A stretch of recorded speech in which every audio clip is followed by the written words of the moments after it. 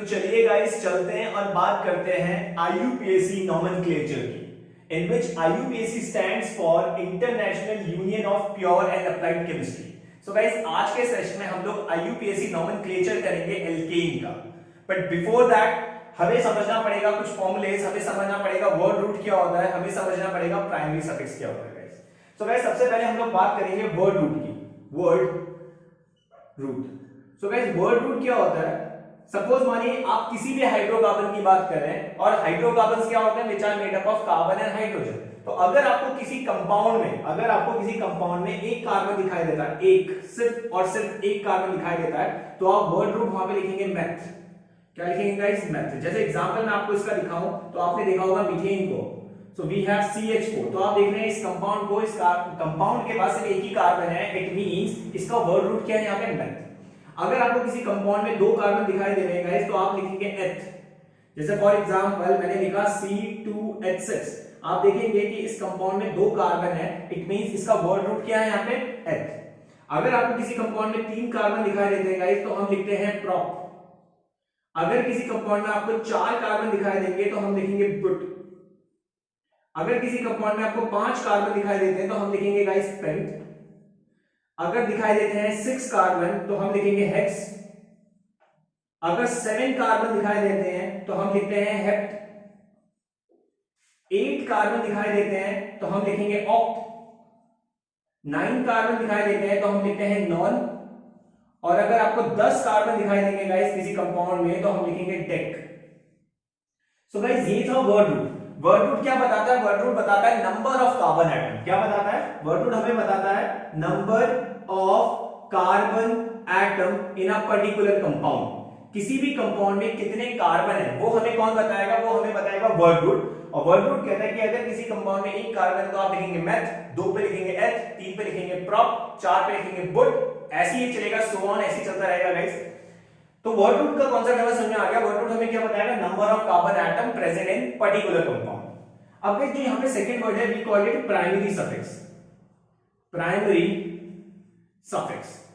अब guys primary suffix क्या होता है? प्राइमरी सफिक्स हमें बताता है कि कार्बन और कार्बन के बीच में कैसा बॉन्ड होगा। क्या बोला मैंने? Bond between carbon carbon atom. वो कौन बताएगा हमें? Primary suffix. Bond between carbon atom वो हमें बताएगा प्राइमरी सफिक्स। जैसे फॉर एग्जांपल अगर कार्बन और कार्बन के बीच में आता है सिंगल बॉन्ड तो हम प्राइमरी सफिक्स लिखेंगे एन। क्या लिखेंगे? एन। और ये एन कहां से आया? एल्केन से। आपको पता है एल्केन में कार्बन और कार्बन के बीच में क्या आता है? सिंगल बॉन्ड आता है, दैट्स व्हाई वहां पे हम प्राइमरी सफिक्स यूज करते हैं एन। अगर किसी कार्बन और कार्बन के बीच में आ जाता है डबल बॉन्ड तो डबल बॉन्ड वाले को हम कहते थे एल्कीन, तो वहां पे प्राइमरी सफिक्स आ जाएगा ईन। Clear guys? अगर किसी कंपाउंड में आपको कार्बन और कार्बन के बीच में दिखाई देता है triple bond, it means triple bond का मतलब एल्काइन, तो एल्काइन का प्राइमरी सफिक्स क्या होता था? YNE। अब सपोज मानिए गाइस अगर किसी कंपाउंड में आपको दो डबल बॉन्ड मिल जाते हैं कुछ इस तरीके से, दो डबल बॉन्ड मिल जाते हैं तो आप क्या लिखेंगे? डबल बॉन्ड के लिए आप लिखते हैं ईन, लेकिन दो है तो आप क्या लिखेंगे? डाईन। अब अगर आपको किसी कंपाउंड में 3 ट्रिपल बॉन्ड मिल जाते हैं, ट्रिपल बॉन्ड 3 या 2 मिल जाते हैं, जैसे फॉर एग्जांपल 2 ट्रिपल बॉन्ड है इस कंपाउंड में तो आप क्या लिखेंगे? 2 ट्रिपल बॉन्ड है तो ट्रिपल बॉन्ड के लिए आप लिखते थे YNE, और 2 है तो आप क्या लिखेंगे? डाईन। सो गाइस अभी जब हम IUPAC नेमिंग करेंगे एल्केन की तो हम जो फॉर्मूला यूज करेंगे IUPAC नॉमेनक्लेचर में, हम सबसे पहले लिखेंगे वर्ड रूट, उसके बाद हम लोग लगा देंगे प्राइमरी सफिक्स। तो ये फॉर्मूला आपको याद रखना है जब हम IUPAC नेमिंग या नॉमेनक्लेचर कर रहे होंगे, जिसमें वर्ड रूट क्या होता है? वर्ड रूट बताता है number of carbon atom in a particular compound. जैसे फॉर एग्जांपल अगर एक कार्बन है तो मेथ, 2 पे एथ, 3 पे प्रोप, सो ऑन। और दूसरा होता है प्राइमरी सफिक्स जो बताता है बॉन्ड बिटवीन कार्बन एटम। तो अगर कार्बन के बीच में सिंगल बॉन्ड है तो आप लिखेंगे एन, डबल है तो आप लिखेंगे ईन, ट्रिपल है तो आप क्या लिखेंगे? आइन। अगर दो डबल है तो आप लिखेंगे डाईईन, 2 ट्रिपल बॉन्ड है तो आप क्या लिखेंगे? डाईआइन। आई होप आपको ये वर्ड रूट और प्राइमरी सफिक्स समझ में आ गया होगा। चलिए मूव करते हैं और बात करते हैं नॉमेनक्लेचर किसका? एल्केन का। बात करने वाले हैं एल्केन की, और एल्केन में मैंने आपको 3 पॉइंट याद करवाया था, और वो 3 पॉइंट क्या था? एल्केन में कार्बन और कार्बन के बीच में कैसा बॉन्ड आता है? सिंगल बॉन्ड आता है। सेकेंड पॉइंट इसका फॉर्मूला, और फॉर्मूला होता है CnH2n+2। ये एल्केन का फॉर्मूला होता है where n is number of carbon atom.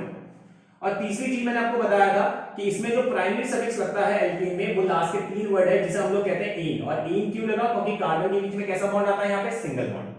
जब हम एल्केन की आईयूपीएसी नोमेनक्लेचर करेंगे तो फॉर्मूला हम लोग क्या लगाएंगे? वर्ड रूट और पीछे क्या लगा देंगे? Primary suffix. और आपको पता है एल्केन को एक नाम और कहा जाता है, also known as paraffins. Paraffins भी इन्हें कहा जाता है। तो चलिए स्टार्ट करते हैं, बात करते हैं सबसे पहले फॉर्मूले की। फॉर्मूले बनाते हैं, देन स्ट्रक्चर बनाएंगे, देन स्ट्रक्चर के बाद आईयूपीएसी नोमेनक्लेचर करेंगे। तो सपोज मानिए अगर आपके पास नंबर ऑफ कार्बन एटम है 1, मतलब n की वैल्यू 1 है। n की वैल्यू 1 का मतलब आपके पास कितने कार्बन है? एक कार्बन है। तो अगर आप इस फॉर्मूले में n की जगह पे 1 रखते हैं तो आप देखेंगे ये रहा कार्बन, n की जगह पे 1 रखिए, ये 1 रखा, 2 मल्टीप्लाई बाय 1 प्लस 2, तो आप देखेंगे ये फॉर्मूला आपका बनेगा CH4। तो अगर आप किसी कंपाउंड में n की जगह पे 1 रखते हैं एल्केन में तो आपको मिलेगा CH4। वहीं पे सपोज मानिए अगर आपके पास है नंबर ऑफ कार्बन 2 तो n की वैल्यू कितनी होगी? 2 रख दीजिए फॉर्मूले में, तो फॉर्मूला क्या बनेगा? C2, ये बनेगा H2 मल्टीप्लाई बाय 2 प्लस 2, तो गाइस ये बन जाएगा C2H6। वहीं पे सपोज मानिए अगर आपके पास नंबर ऑफ कार्बन एटम है 3, इट मींस n की वैल्यू क्या हो गई? 3, और अगर आप फॉर्मूले में रखते हैं n की जगह पे 3 तो we have C3H2 multiply by 3 plus 2, तो ये बनेगा C3H8 गाइस। तो गाइस हुआ क्या? हमने इस जनरल फॉर्मूले से एल्केन के फॉर्मूले डिस्क्राइब कर दिए। इसे हम कहते हैं कंडेंस फॉर्मूला। क्या कहते हैं? कंडेंस फॉर्मूला, जिसमें पहले पे जब एक कार्बन होगा तो हमें मिलेगा CH4, 2 कार्बन पे हमें मिलेगा C2H6 और 3 कार्बन पे हमें मिलेगा C3H8 गाइस। चलिए मूव करते हैं, इसके स्ट्रक्चर की बात करते हैं। आपको पता है कार्बन जो है वो टेट्रावैलेंसी दिखाता है, इट मींस कार्बन कितने बॉन्ड फॉर्म करता है? 4। तो स्ट्रक्चर कैसे बनेगा? ये रहा कार्बन, और आपको पता है कार्बन सिंगल बॉन्ड बनाएगा, तो ये रहा एक हाइड्रोजन, ये रहा दूसरा हाइड्रोजन, ये रहा तीसरा हाइड्रोजन और ये रहा गाइस हमारा चौथा हाइड्रोजन। इस तरीके से इसका स्ट्रक्चर बनेगा। अगर आपके पास C2H6 है तो कैसे बनाएंगे? 2 कार्बन है हमारे पास, आपको पता है कार्बन कार्बन के बीच में सिंगल बॉन्ड। अब 4 बॉन्ड कंप्लीट कीजिए। इस कार्बन का पहला बॉन्ड ये हो गया, दूसरा, तीसरा, चौथा, इस कार्बन का पहला बॉन्ड, दूसरा, तीसरा, चौथा, तो 4 बॉन्ड आपको कंप्लीट करने हैं हर एक कार्बन के। तो आप देखेंगे आपको वही फॉर्मूला मिल जाएगा जो कंडेंस फॉर्मूला था आपका C2H6। मूव करते हैं C3H8 की तरफ। सो वी हैव 3 कार्बन, ये रहा हमारे पास 3 कार्बन, और कार्बन कार्बन के बीच में सिंगल बॉन्ड आएगा क्योंकि हम एल्केन पढ़ रहे हैं। अब 4 बॉन्ड कंप्लीट कीजिए कार्बन के। कार्बन का पहला बॉन्ड, दूसरा, तीसरा, चौथा, इस कार्बन का 1 2 3 4, इस कार्बन का 1 2 3 4। हाइड्रोजन अपने आप ही बैलेंस हो जाएंगे जब आप कार्बन के 4 बॉन्ड को बैलेंस कर पाएंगे। तो आप देखेंगे ये फॉर्मूला बन रहा है C3H8 गाइस। तो हमने सबसे पहले क्या किया? n की वैल्यू रखकर कंडेंस फॉर्मूला बनाया। कंडेंस फॉर्मूले से हमने स्ट्रक्चर बनाया और स्ट्रक्चर के थ्रू हम लोग क्या लिखेंगे? इसका आईयूपीएसी लिखेंगे। जैसे फर्स्ट वाले कार्बन में फॉर्मूला क्या बोला था मैंने? वर्ड रूट और प्राइमरी सफिक्स। तो आप देखेंगे यहाँ पे एक ही कार्बन है, तो एक ही कार्बन में हम वर्ड रूट क्या लिखते हैं गाइस? आपको पता हम लोग लिखते हैं मेथ।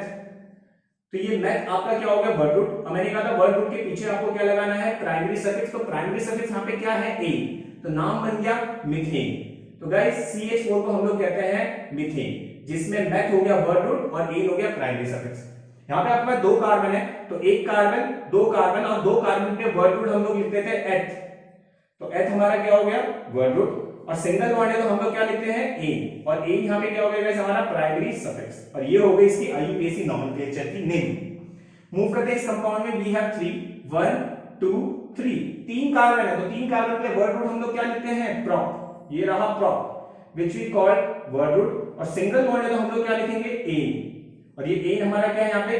Primary suffix guys. तो इस तरीके से गाइस हम लोग क्या करते हैं?